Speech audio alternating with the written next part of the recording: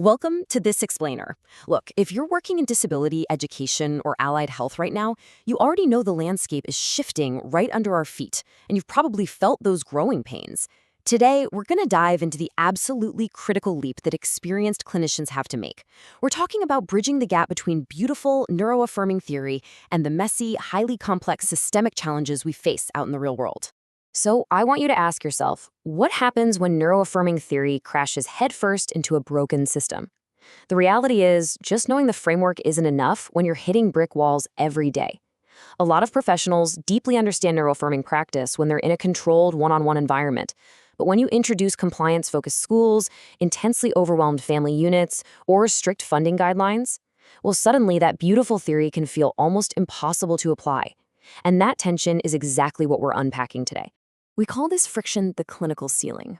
Imagine spending weeks crafting this deeply neuroaffirming support plan, only to hit a wall of strict behavioral compliance out of school, or endless NDIS red tape. Basic implementation just kind of falls apart here. You're dealing with overwhelmed family systems and service models where restrictive practices are just deeply embedded. Add in the intersecting layers of identity, trauma, and sensory needs, and you're no longer just managing a single case. You're trying to navigate a highly resistant ecosystem. And that is exactly where the Grow Level 2 certification pivots your career. It's a real game changer. Level 1, that was all about implementation, teaching you how to apply the framework in individual, direct therapy sessions. But Level 2 is a completely different ballgame. It's the leap from individual implementation to true systems leadership. It's where practitioners become systems thinkers, ethical advocates, and champions who can actually navigate that complex reality we just talked about. So here's our game plan for building that leadership toolkit today. We'll cover the clinical ceiling, the 6 advanced modules, complex case formulation, identity and burnout, and finally, leading systemic change. All right, Section 1, the clinical ceiling, beyond basic implementation. So, who is this evolution actually designed for? Well, whether you're a behavior support practitioner, an OT, a speech pathologist, a psychologist, or maybe a service manager, this is for sure your next step. This program is intentionally built for experienced professionals who are already doing the work. You're already implementing neuroaffirming practice, but you've realized that to truly protect your clients, you have to start influencing the very systems wrapped around them. Moving right along to Section 2, 6 advanced modules, the roadmap to leadership. Now, these 6 advanced modules don't just sit in isolation. They deliberately stack on top of each other to build a holistic leader. You kick things off by mastering complex formulation and layered needs. Then you unravel the complexities of trauma and intergenerational neurodivergence. With that foundation, you tackle school integration and systems before diving into a heavily emphasized yet often ignored area, burnout prevention and identity protection. Module 5 focuses on actively reducing restrictive practices, and it all culminates in advanced leadership, supervision, and advocacy. Plus, theory becomes reality through a live intensive experience where you get to analyze real-world cases with your peers. Let's zoom in on Section 3, complex case formulation, seeing the full picture. At the very heart of this practice is complex needs analysis. You know, when an individual is in distress, it's so easy for traditional models to just lazily label it behavioral escalation. But as an advanced practitioner, you're going to build multi-layered grow formulation trees. You'll learn to look under the hood and ask, wait, is this a skill deficit, nervous system overload, an environmental mismatch, or maybe a direct threat to their identity? By mapping the nervous system directly into your recommendations, you actually treat the root cause, not just the surface symptom. Which brings us to Section 4, identity and burnout, protecting the practitioner and the client. I honestly think this might be the most vital module of the whole shebang.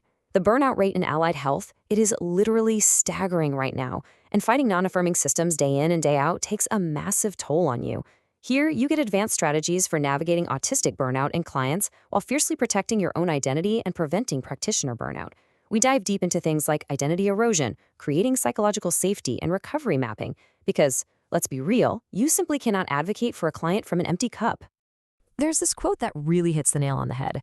Sustainable practitioners create sustainable outcomes. It's that simple. Protecting against identity erosion isn't just fluffy self-care, it is an absolute clinical necessity. If we're going to build ethical, neuroaffirming cultures that actually last, we need leaders who have the tools to sustain their energy, protect their boundaries, and model psychological safety for their entire team.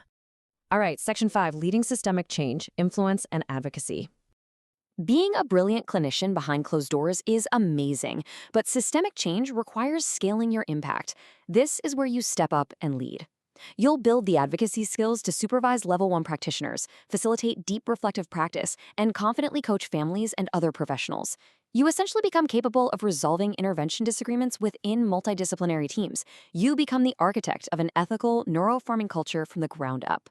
And you don't just leave this certification with, abstract ideas. You walk away with a physical, advanced practitioner toolkit.